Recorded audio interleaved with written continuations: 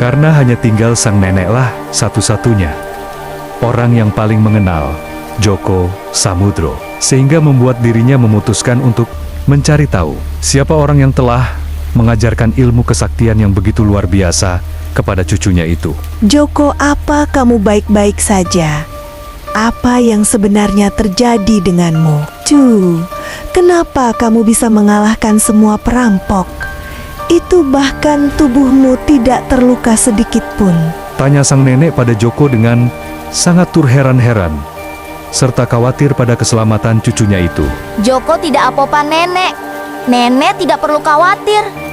Djoko hebat kan, Nenek? Bisa mengalahkan semua perampok itu.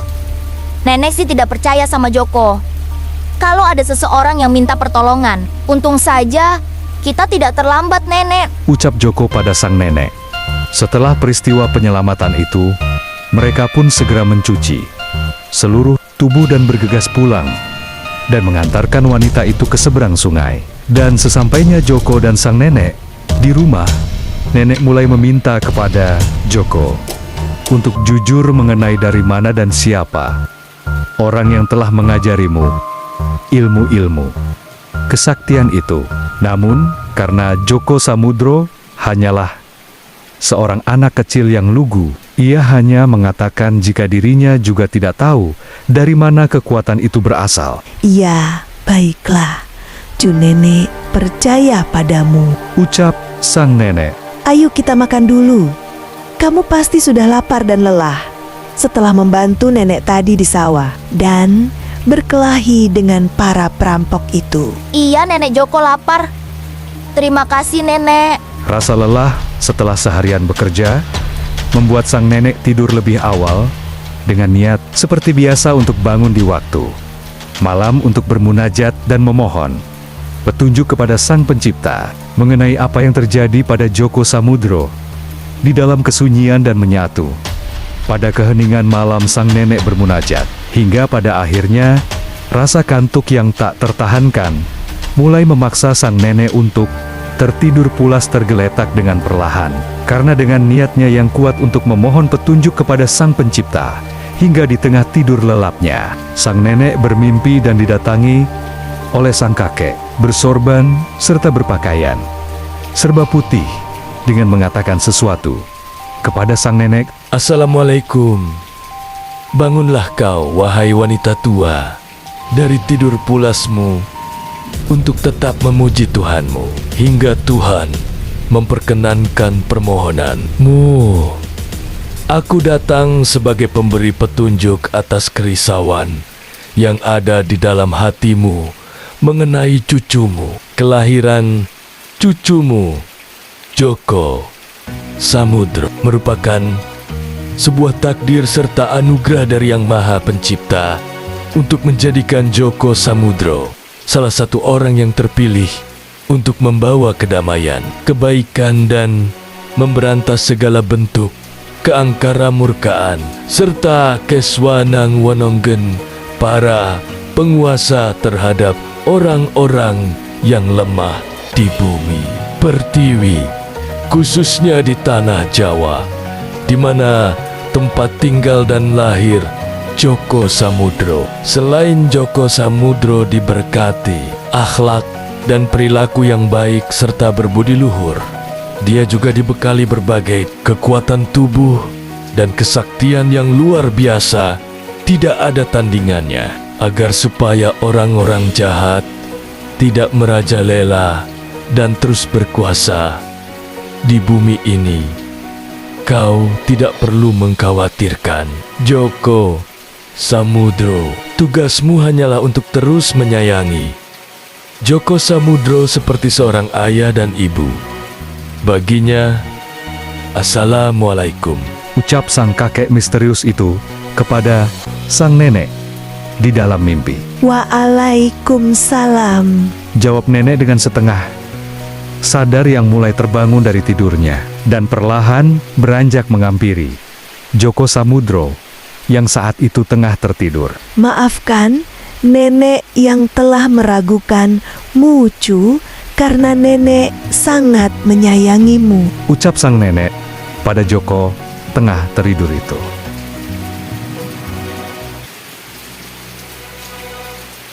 Beberapa hari pun berlalu.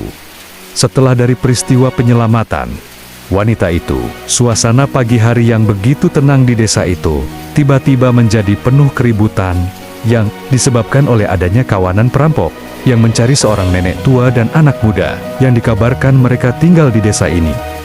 Mereka ingin menuntut balas atas kematian teman-temannya pada waktu itu berdasarkan laporan dari salah satu perampok yang berhasil selamat dari kejadian waktu itu. Dengan begitu, memaksanya para perampok itu meminta para penduduk desa untuk segera keluar dari rumah mereka masing-masing. Jika tidak, mereka akan membakar seluruh rumah para warga dan membunuh setiap orang tua dan anak lelaki kecil. Nenek, apa nenek mendengar para perampok? Itu akan membakar dan membunuh semua orang. Jika kita tidak segera keluar, ayo kita keluar, nenek. Jangan takut. Joko tidak mau ada orang lain yang menjadi korban. Ucap Joko pada nenek setelah tahu jika para perampok itu sedang mencari dirinya dan sang nenek. Iya, tunggu dulu Cu.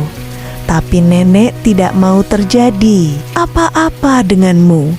Biar nenek saja yang keluar dan kamu cepat lari dan bersembunyi dari sini. Tidak, nenek. Joko harus ikut nenek. Joko harus melindungi nenek dan para penduduk desa. Biar Joko yang akan keluar, nenek. Tetap di sini saja. Ucap Joko kepada sang nenek sebelum Joko bergegas keluar untuk menemui para perampok itu. Joko, tunggu. Kamu jangan keluar. Jangan tinggalkan nenek. Hei kalian semua, dasar orang-orang yang rakus. Mau apa kalian? Mencari aku sama nenek. Ucap Joko dengan lantang serta gagah berani kepada para perampok itu. Hei, dasar bocah kurang ajar. Ternyata kamu yang berani-beraninya mengalahkan dan menghabisi teman-temanku. Di mana nenekmu yang tua itu? Biar aku habisi sekalian. Jangan sentuh nenekku. Kalau kalian berani lawan dan tangkap aku saja. Dasar orang rakus. Kurang ajar sekali anak ini. Rasakan ini. Takkan ku beri ampun, sedikit pun. Dengan bengis dan kejamnya para perampok itu menyerang Joko Samudro yang hanya seorang anak kecil. Namun berkat kekuatan yang Joko miliki, Joko mampu menghindari semua serangan dari mereka semua. Apa-apaan anak ini? Kenapa tubuhnya tidak terluka sedikit pun? Siapa kau sebenarnya? Anak kecil. Aku Joko Samudro, Paman. Aku adalah orang yang akan mengalahkan semua orang-orang yang jahat dan rakus, seperti kalian semua. Kurang ajar kau bocah. Aku belum kalah darimu, rasakan ini, dasar bocah sombong. Setelah serangan pertamanya dengan senjata tidak berpengaruh pada Joko.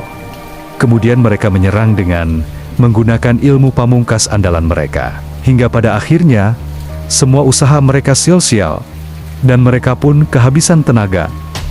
Lalu dengan cepat Joko Samudro memanfaatkan situasi itu untuk menyerang balik para perampok itu. Hingga mereka pun kalah telak dari Joko Samudro dan lari tunggang langgang serta mengancam jika mereka akan kembali lagi setelah mengadukannya kepada Ki Demang Surotani dan Tumenggung Jayabaya. Para warga yang menyaksikan semua itu bersorak kegirangan dan memberikan banyak pujian, serta berterima kasih kepada Joko Samudro yang telah melindungi warga desa dan berhasil membuat kalah perampok itu. Nenek, ayo sini keluar. Perampoknya sudah pergi semua, nenek. Joko, apa kamu baik-baik saja, Cu? Nenek sangat mengkhawatirkan dirimu. Joko, baik-baik saja, nenek. Ucap Joko kepada sang nenek yang masih mengkhawatirkan dirinya setelah peristiwa kekalahan para perampok itu.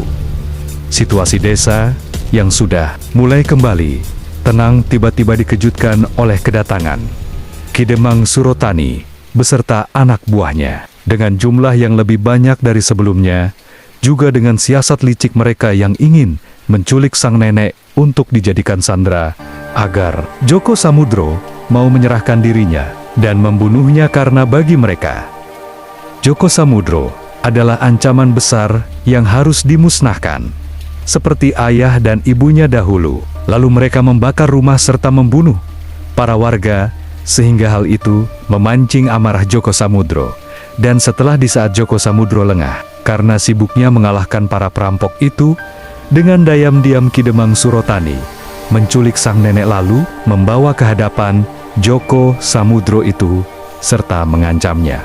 Heh, dasar bocah sontoloyo. Lihat ini nenekmu sudah aku tangkap. Kalau kamu ingin nenekmu selamat, ayo, katakan dulu di mana kelemahanmu. Nenek, tidak. Jangan sakiti nenek. Dasar penjahat, Nenek Joko akan menyelamatkan nenek. Jangan khawatir. Heh, dasar bocah sontoloyo. Jangan banyak omong. Ayo cepat katakan di mana kelemahanmu. Atau tidak nenekmu akan mati sekarang juga. Joko, jangan dengarkan kata mereka. Jangan kau katakan di mana kelemahanmu. Jangan pedulikan nenek. Cepat selamatkan dirimu saja. Tidak. Nek, Joko harus melindungi nenek. Karena Joko sangat sayang kepada nenek. Nenek adalah segalanya bagi Joko. Dan cuma nenek yang Joko punya di dunia ini. Joko tidak mau kehilangan nenek. Ucap Joko kepada sang nenek. Karena bagi Joko, sang nenek adalah satu-satunya orang yang paling dia sayang di dunia ini. Yang sudah seperti seorang ibu baginya, sehingga apapun akan dilakukan demi sang nenek yang paling disayanginya itu. Tanpa berpikir panjang, Joko dengan jujur mengatakan kepada Ki Demang Surotani, jika dirinya sendiri juga tidak mengetahui akan kelemahan dirinya. Namun, Ki Demang Surotani tidak mempercayai apa yang Joko Samudro katakan. Hehehe, bocah tengik apa kau ingin nenekmu? Ini aku bunuh di hadapanmu. Kau pikir aku bodoh berani-beraninya? Kau bocah mempermainkan aku. Orang yang sudah sepuh dan terkenal di dunia persilatan tanah Jawa ini, dibanding dengan dirimu yang masih bocah. Kemarin sore aku sudah menguasai banyak ilmu-ilmu kesaktian dan mengalahkan banyak pendekar sakti dengan berbagai jenis ajian saktinya. Mana mungkin kau Wegi seorang bocah memiliki kekuatan yang tidak ada kelemahannya. Memangnya kau ini apa? Dan sehebat apa gurumu itu? Sudah aku bilang, aku tidak tahu kelemahan dari kekuatanku. Dan aku pun tidak mempunyai seorang guru. Jadi lepaskan nenekku. Ayo, cepat lepaskan nenekku. Ucap Joko kepada Ki Demang Surotani dengan penuh amarah. Namun Ki Demang yang keras kepala itu tetap tidak percaya dengan apa yang Joko katakan, sehingga dengan teganya membunuh sang nenek di hadapan Joko Samudro. Baiklah jika kamu ingin nenekmu mati, lihat ini dasar bocah sontoloyo. Agar nenekmu menyusul ayah dan ibumu, beserta kakekmu di neraka. Hahaha. Tidak. Nenek, tidak. Jangan tinggalkan Joko nenek. Jangan pergi nenek. Teriak Joko yang menangis sambil memeluk erat tubuh sang nenek yang telah dibunuh oleh Ki Demang Surotani itu. Hahaha. Rasakan itu dasar bocah tengik. Aku memang tidak bisa membunuhmu, tapi aku bisa membunuh orang yang paling kau sayangi. Hahaha. Ucap Ki Demang Surotani pada Joko Samudro. Dengan tertawa dan penuh ejekan itu, pada saat itu, Joko Samudro yang sudah tidak bisa untuk berkata apa-apa lagi, menatap Ki Demang dengan penuh amarah yang luar biasa, sehingga membuat suasana langit desa pada saat itu diselimuti awan petir yang menggelegar disertai hembusan angin yang dahsyat, memporak-porandakan seisi desa itu, sehingga membuat para warga panik ketakutan. Dan hanya Ki Demang yang masih tetap berada di tempat itu. Tanpa rasa, gentar dah takutnya dengan maksud, tujuan untuk menantang Joko Samudro untuk bertarung kembali. Namun dengan kekuatan Aji Bayu Segoro, milik Joko Samudro, yang mampu mengoyak dan mencabik-cabik kulit serta daging Ki Demang, sehingga tubuh Ki Demang hancur berserakan, tertiup oleh hembusan angin yang sangat dahsyat, hingga yang tersisa hanya tulang belulang Ki Demang itu. Setelah kematian sang nenek, Joko Samudro memutuskan untuk tetap tinggal di desa demi mengembalikan kesejahteraan para penduduk desa dan membalaskan kematian ayah dan ibunya. Kepada yang tersisa hanya tinggal Temenggung, Jayabaya, dan beserta anak buahnya.